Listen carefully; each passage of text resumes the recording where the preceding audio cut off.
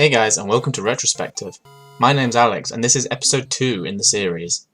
Today we're looking at a light-hearted party game that serves as the perfect introduction to a console that unfortunately met its untimely death. Yes, this game is NintendoLand for Wii U, released in 2012. If you're looking for a game to sit down and play with your friends, you could play Super Smash Bros. Melee for Nintendo. You might find yourself playing Mario Party. It's easily accessible and has a variety of games that someone will enjoy, but the dice rolling before the start of every minigame may eventually become a slog that bores players and kills enthusiasm. Step in NintendoLand, a launch title for the Wii U that expertly functions as a tech demo for the gamepad, whilst also being a solid party game that can easily stand shoulder to shoulder with the best entries in the Mario Party series. The theme of NintendoLand, as may be suggested by the title, is an amusement park centered around famous Nintendo franchises, including Super Mario, The Legend of Zelda, Metroid, and, F-Zero? I guess I do remember it. Anyway, the game offers a total of 12 attractions that are all distinctly unique and are jammed-packed with content. This is one of NintendoLand's biggest strengths. For a party game, it does have a limited selection of games, but the content within each game is in more depth than the average games of the genre, which keeps them fresher and makes replaying each one very fun every time. The 3 team attraction events, The Legend of Zelda Battle Quest, Pikmin Adventure, and Metroid Blast, offer between 14 and 30 stages, all with different mechanics, and offer many ways to play them, but I'll go into this in more detail in a short while. And the competitive attractions, Mario Chase, Luigis Ghost Mansion, and Animal Crossing Sweet Day, offer 3 to 5 maps to play on that offer different difficulties and encourage different playstyles. Moving on, the solo attractions, Yoshi's Fruit Cart, Octopus Dance, Donkey Kong's Crash Course, Takamaru's Ninja Castle, Captain Falcon's Twister Race, and Balloon Trip Breeze, all offer a multitude of stages that become more challenging as they go on, all while showcasing a different function of the gamepad, whether that be the gyro sensors, touchscreen capabilities, or the dual screen style of gaming that is possible with both TV and gamepad combined. Finally, the game offers an attraction tour mode, which is essentially the true party game mode, in which all the minigames are available in a back-to-back experience that can be played with 2 to 5 players. Yes, 5. The gamepad allows 1 extra player. How cool is that? Hooray for friends! Which I'll delve into later. Now, let's begin our journey into this wondrous game filled with magic. I'd like to start by reviewing the single-player games, which does include the team attractions because these can be played with only 1 person as well. Starting on a high note, we're going to begin with The Legend of Zelda Battle Quest. This game pits you as the hero in a very adorable Link outfit. But before we go any further, let us take a look at the options. When you select the minigame, you are presented with 2 options, Battle Quest and Time Attack. Battle Quest takes you to the main game, while Time Attack allows you to play against the clock for the fastest time in 3 difficulties, easy, medium, and hard, with stages that add to the difficulty.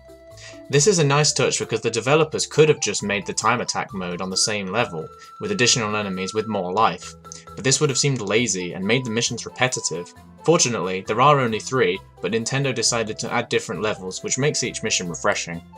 Now, back to Battle Quest.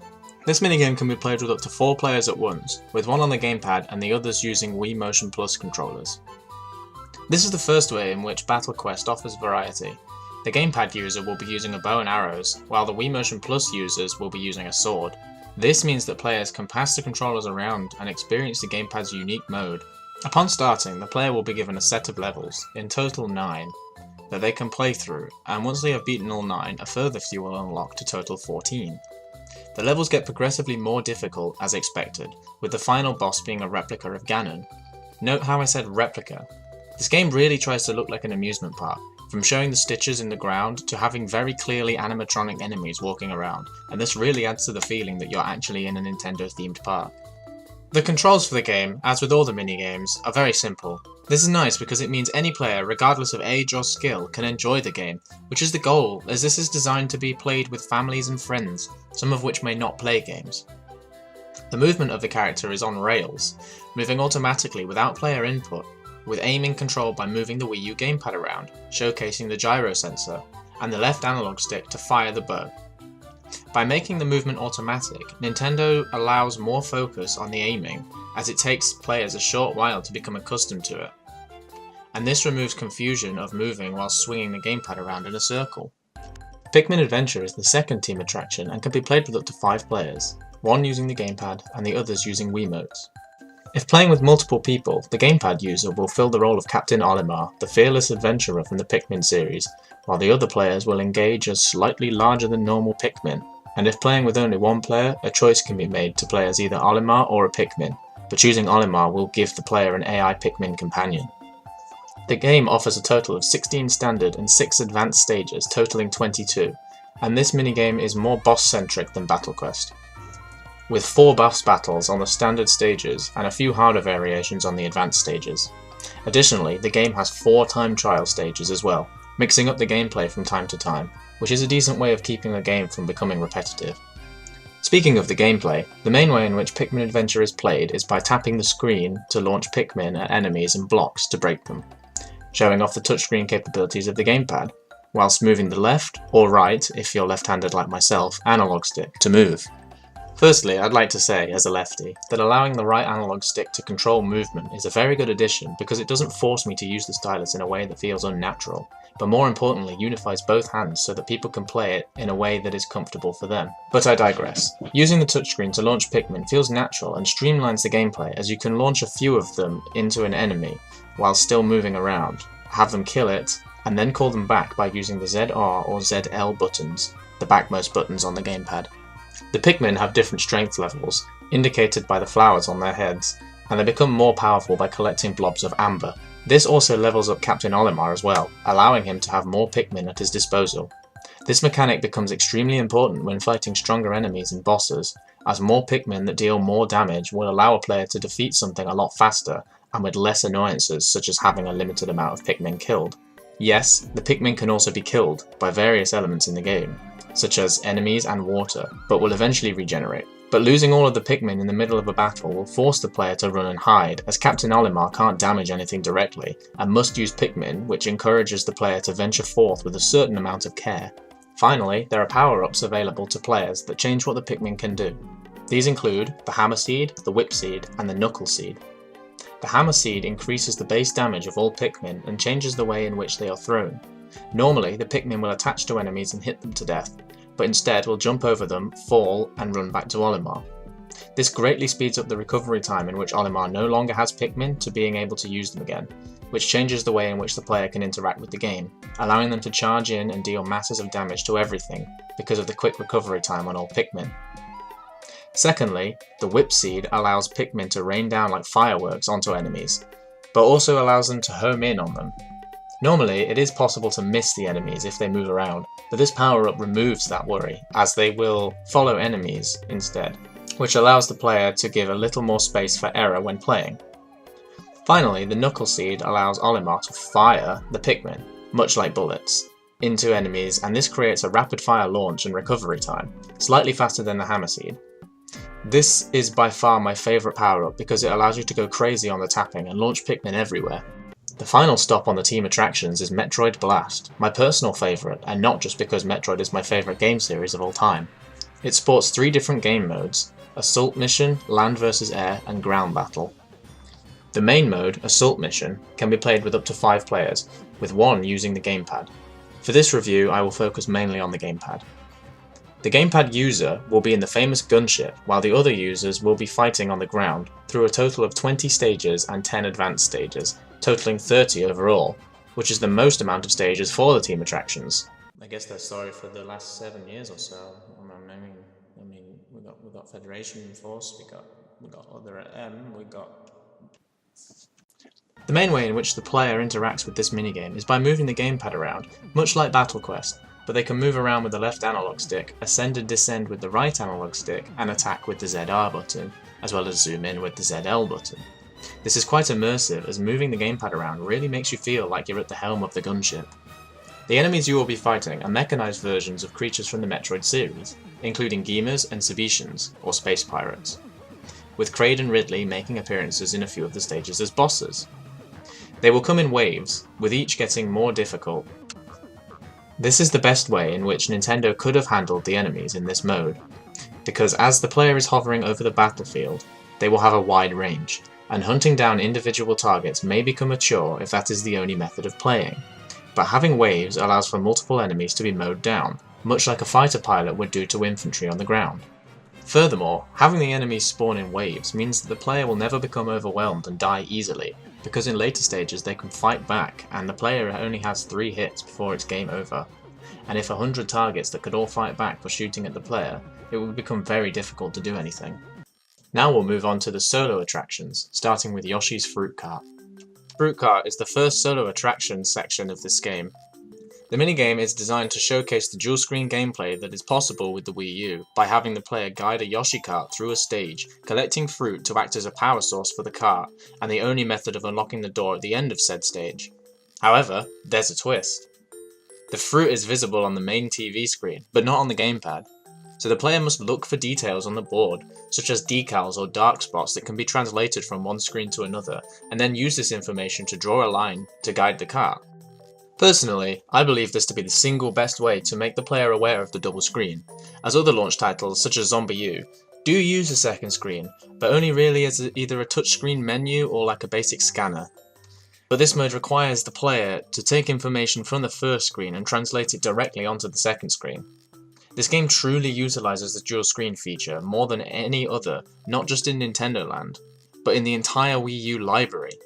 Moving on, this game offers a total of 50 stages, but the player must start at stage 1 and work their way to the final stage in one sitting. This is the same for all the solo attractions. This can become quite difficult, as the stages do become very complicated and require a keen eye for detail, as some of them are designed like mazes that require very careful navigation. Some of the stages even go as far as to number certain fruits, meaning that the player must collect them in that order, adding another layer of depth to the gameplay, forcing the player to look even more carefully at what they're doing. Unfortunately, some of the stages have moving parts that leave the player in a bad way, even if their line is perfect, due to not being able to accurately judge when to launch the cart. For example, a few of the stages have moving bees that block the path of the cart, but will move in a certain way. At first this seems like an easy obstacle, but as I mentioned, it can be hard to gauge when to start the cart moving to avoid these threats, as collecting fruit stops the cart for a second, which slows the predicted movement of it down, and may result in the player hitting these barriers. Here we go, Octopus Dance, my personal favourite. This minigame shows off the simple fact that the gamepad has 2 analog sticks. While this isn't necessarily a groundbreaking item, it is worth noting that no Nintendo console before the Wii U had dual analog sticks, unless you count the C-stick on the GameCube, which was mainly used for cameras. The game itself is a basic rhythm game, in which you must follow the commands of the dancing instructor in time with the beat. The commands that you'll be following consist of arm movements in various directions, as well as jumping and turning the body, with the latter 2 done with help from the gyro sensor. Once again, the theme with this game is it's simple to pick up but hard to master, as the commands can become complicated and there are various changes to the gameplay that add to the difficulty, such as the rhythm becoming faster, or an annoying octopus that squirts oil all over the screen, blocking the player's vision partly. With regards to the oil, it covers so much of the screen that it becomes unfair. Let me explain. The game requires you to use both arms to match commands, but sometimes only one arm to follow the positions, a way of mixing up the gameplay. But with the oil all over the screen, the player may only be able to see one arm. This becomes a problem when the player is no longer able to discern whether they need one or both arms, which may result in them losing a heart because their vision was impeded, leaving them to guess. Leaving a game that requires exact positions to guessing is a terrible way of causing the player to fail, as they will know that it wasn't due to their lack of skill, but rather the game taking away their only way to understand what to do next. One way to handle this, perhaps, would have been to maybe turn off the lights and have little twinkles or icons appear when the instructor struck a pose for a second to show the player where they needed to put their arms without full visual representation. Fortunately, there is a hidden feature that when the player taps the octopus on the gamepad, it shrinks and less oil covers the screen. The former problem still exists with this as it is a hidden feature and some players may never know that it's there. Okay, who likes the big man? Because he's not involved at all apart from his name. Sad really. Donkey Kong's Crash Course is an obstacle course that the player must navigate through to reach the goal that involves jumps and bumps throughout. The way the player moves is by tilting the gamepad on its side, but the further it is tilted, the faster the little cart thing becomes until it literally flies and smashes into a wall. The player must find the perfect balance between speed and safety, as they will be rewarded for completing each section in the fastest time, but also must be careful not to run out of control and fail, which will result in them going back to a previous checkpoint. The game only has 2 maps. the standard, and the B board that can be played once the first has been completed, but the player can't choose. But because the maps are so intricate and difficult, the player may never see the second board, which makes up for the limited selection when compared to the other games. The next minigame on our list is Takamaru's Ninja Castle, a game about lobbing throwing stars at cardboard ninjas. Remember when I said the game tries to look like a theme park as much as it can?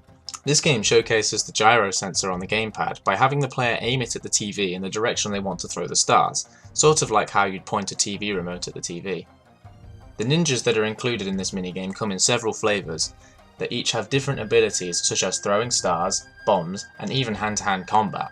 Having so many abilities makes the player prioritise which ninjas must be taken out first, as some will throw bombs which can be dangerous, while some may do nothing. For the most part, the player will be using a standard throwing star, but can collect power-ups in the form of scrolls that offer different abilities when the player finds the appropriate ones. These can be hiding in jars. They offer 3 throwing stars at once, clay bombs, and a time-slowing ability. These can be combined to do some serious damage. The scrolls are definitely not required to complete this minigame with ease, but they can be used to spice up the gameplay from time to time and give the player an edge on those sneaky ninjas.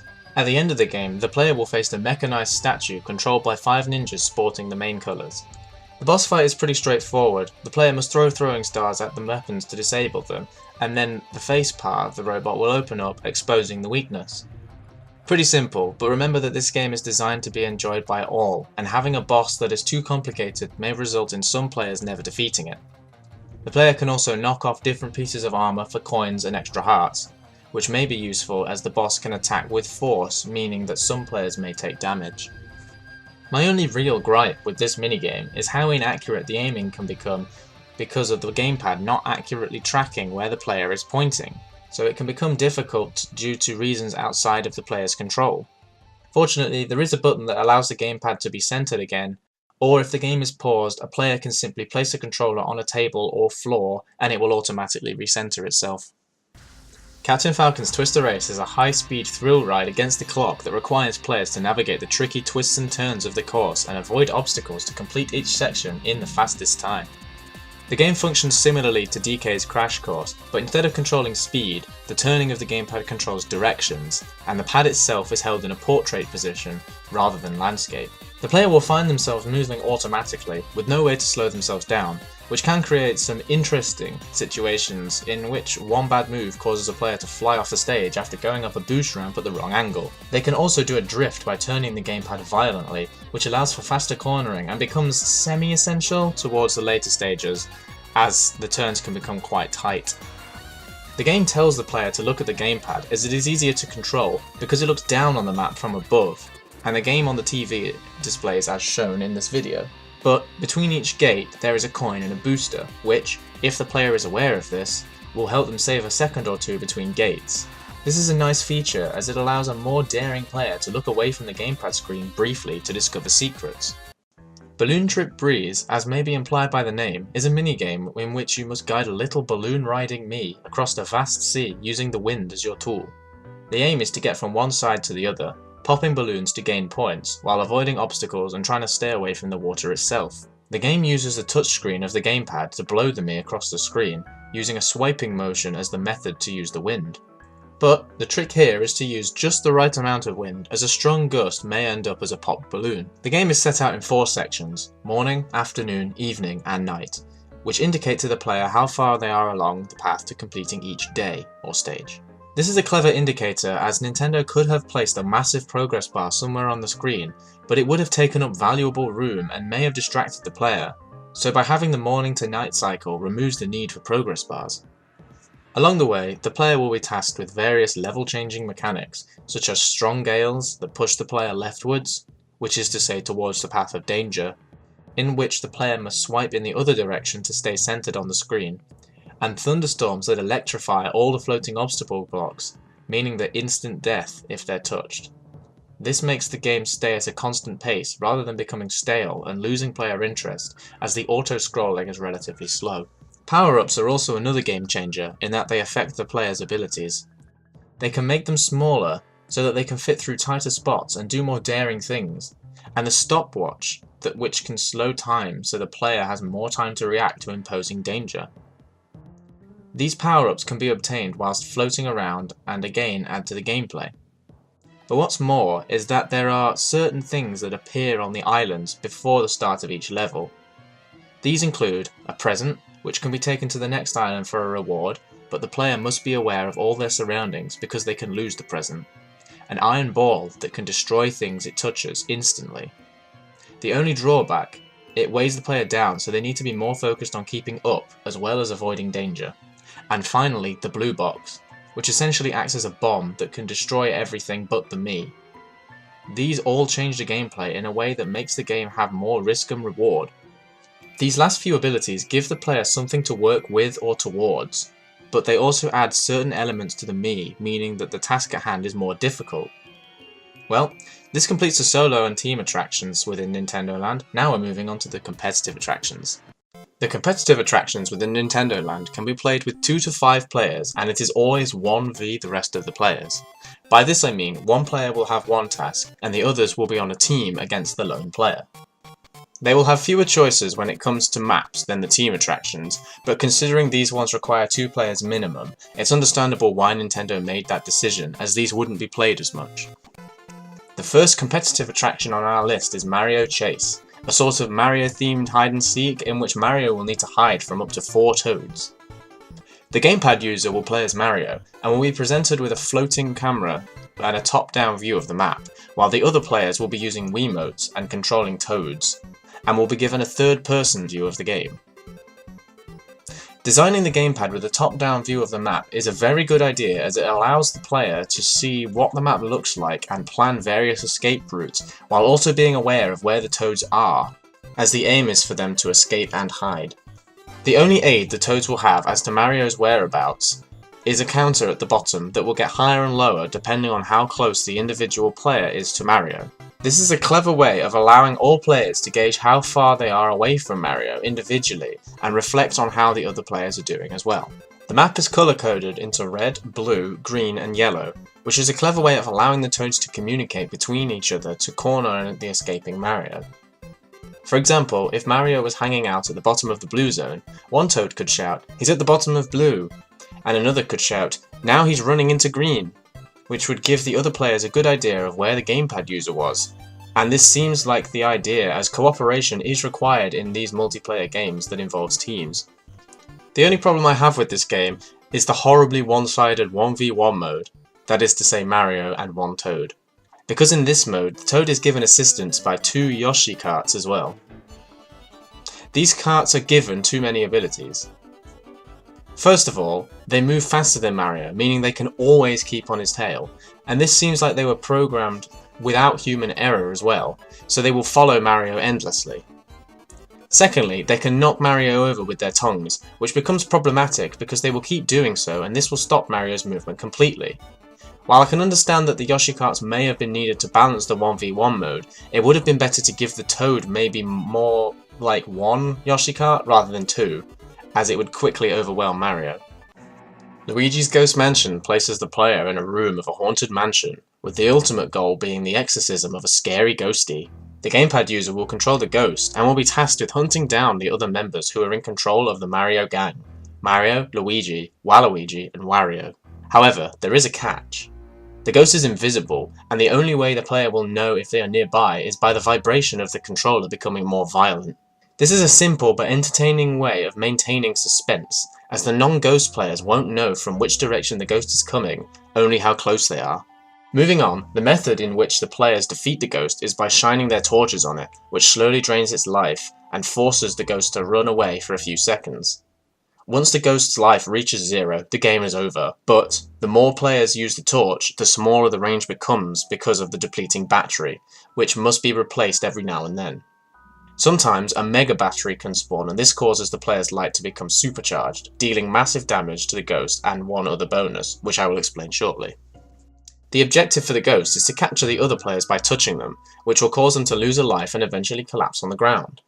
This is again a simple end goal, but the structure of each level may hinder the completion, as walls and corridors may give human players a positional advantage. Also, anywhere near a window may be subject to random lightning strikes that will light up the area and cause the ghost to become visible for a brief period in that specific place. Now, back to that ability I mentioned. But first, I did mention that players will collapse on the ground when they run out of lives, but this isn't the end of their time. Any surviving players may use a torchlight to revive them if they keep shining on the fallen friends. This will allow them to continue playing, and the ghost is required to recapture them to win. The ability with a mega battery is that it, just like how it deals extra damage to the ghost, can be used to revive dead players much faster as well. This powerful beam can create game-changing situations in which a single player can revive their other 2 friends and then change the tide of the game. If playing with fewer than 5 players, i.e. 4 human players and 1 ghost, a Monita, the sort of park-running robot, will join the humans and assist them for every missing player, so 1 human will have 3 Monitas. This was intended to balance the gameplay because as the ghost is invincible, 1 human may become quickly overwhelmed and lose easily. The bots can't be captured, which is good because it doesn't divert the ghost player's attention away from capturing the humans, or add meaningless objectives to pad out the game. The Monitas can, however, deal damage to the ghost by spinning a torch around in a circle while slowly moving around the corridors. This slow movement means that they will rarely become a problem for a ghost traversing the stage at a decent pace. Another method of balancing the Monitas is that they turn off their torches when the human player is nearby, which makes them slightly easier to capture and won't cause any unfair damage to the ghost. The final competitive attraction is Animal Crossing Sweet Day, a game about collecting sweets and avoiding the law. This minigame can be played with up to 5 players and follows the same format as the other 2, 1 on the gamepad that can't be seen, and 4 others on the TV. But unlike the others, the gamepad user can't see the Wiimote users either, as this is a sort of hide-and-seek game. The main objective of the gamepad player is to capture the law-breaking animals by controlling 2 guards, 1 on each analog stick. This takes some mastering to control 2 individual characters at the same time, but shouldn't be too much to handle after a bit of practice. They need to capture the animals 3 times in a row in order to win. The Wiimote users are tasked with collecting a set number of sweets from the ground and storing it in their heads. But the catch is, the more sweets that are stored, the bigger the head of the character becomes, and the slower they move. This forces players to cooperate, as they will need to balance the sweets evenly to maintain a decent speed to outrun the guards, or micromanage the guards so that 1 or 2 distract them long enough for the other members of the team to collect the sweets. The game includes trees that can be accessed by 1, 2, or 3 players that will drop a cache of sweets that the players can then pick up. This may panic the gamepad user as the sweet counter will rapidly drop and may force them into taking drastic steps. Finally, the game comes together for the Attraction Tour, which is the true party mode of the game. As I mentioned at the start of the video, all the minigames excluding Metroid Blast become available in a back-to-back experience. By this, I meant that the game is played in rounds. The number of rounds varies depending on how long the player chooses to play for. This is sort of similar to Mario Party, in how each round is ended with a minigame to earn coins, but is better in every way, because there is no annoying dice rolling, and instead is just the minigames. It's all substance and style, as opposed to Mario Party's just substance. Each round, a player is selected to pick from 5 randomly selected games against a randomly selected player, or players. This could be the same game against different players, or different games against the same player. This is all up to random chance. The winning player receives 3 points. There are also cards that appear on some of the games at random. These can be double points, triple points, or a point swap card. Pretty self-explanatory really, and this helps to add a level of tension between players, as a losing player could swap points with a winning player and completely change the game. This moves on to the other mechanic in Attraction Tour, voting, in which players that aren't participating in the games can vote on who they think will win, which can either be a friendship vote or a more tactical vote to stay 1 point ahead of the competition. It can become some sort of video game politics in which you're voting for who you think will win in order to maintain your score, which could result in some friendships being destroyed, much like Mario Party. If the people's champion wins, the people who supported them will gain 2 points. The voting is not subject to point bonuses though, so double and triple points will still result in 2 points.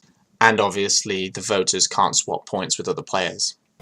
So, in the end, NintendoLand, while maybe not having a huge amount of variety in terms of minigames, which only total 12, has the depth within each part of the game to maintain freshness.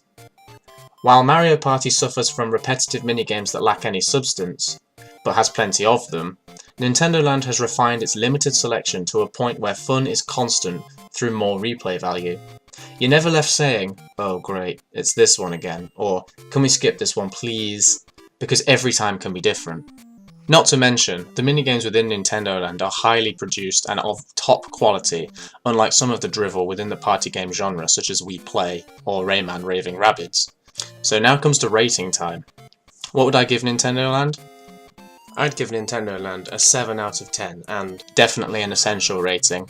It's unique, one of a kind, the perfect tech demo, the perfect party game in my opinion. I really can't fault very much, apart from a few minor nitpicks that get under my skin. So yeah, I think you should definitely play this game. That's it for me for this time, and I'll see you next time. Enjoy. Hey guys, thanks for watching. I hope you enjoyed the video. Sorry it was so long, but I couldn't really make a 6-minute video on something that had so much to review. Anyway, there's a link to episode 1, that's on Killer 7, a game from the warped and twisted mind of Suda51. I hope you enjoy that one as much as this one. See ya!